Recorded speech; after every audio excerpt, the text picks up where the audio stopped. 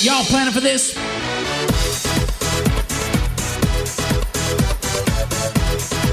Welcome to another amazing episode of Tips from the Trenches. I'm your host, Micah Shalansky, and I want to go through some information or questions I should say I'm getting from advisors, especially right now when markets volatiles. All these things are happening about effective ways to communicate. Now, as our audience knows, I love the buckets system. The buckets for helping clients understand how to allocate money and how much income they can safely take out of their retirement accounts to make sure they're not outliving their nest egg.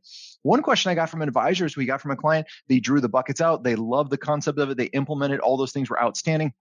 But the question was to this advisor, it says, well, advisor, my account's already down 25% for the year. What do I do? Should I sell out things now and put my money in the buckets? Should I wait till things recover? How does best allocate? You know what? That is a great question. Now, if we had a magic time machine and we could rewind to 3, 4, 5 years ago, and they were working with us in advanced retirement, this would not be an issue because we would already have 2 years in cash and 3 years in income. We'd already have their information set out there that when the market goes down, we wouldn't have to sell on a down market.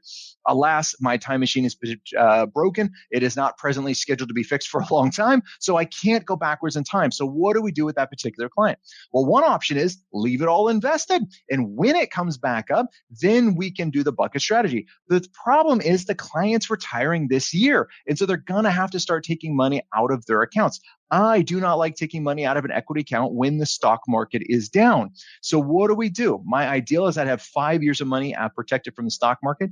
Maybe we split the difference and say, hey, I want at least 2 years of money, 1 year in cash, 1 year in bonds, something of that nature. So we're moving some distributions because while we hope the market is going to go back up, or I should say it's probably going to go back up in 5 years, there's precedence that in 2 years it could still be lower than where it is today.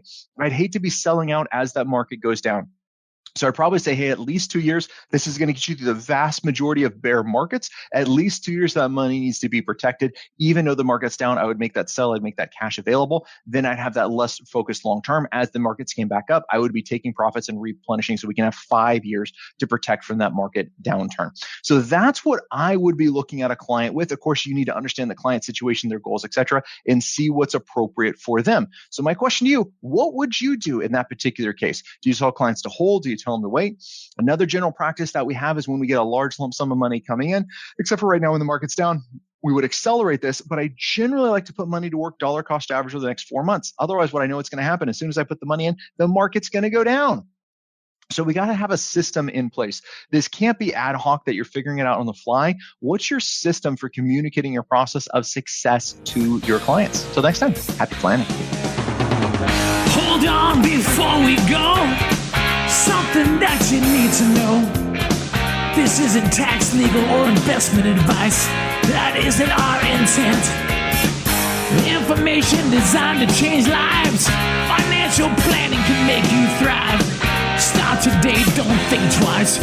Be a better husband, father, mother, and wife. The perfect RIA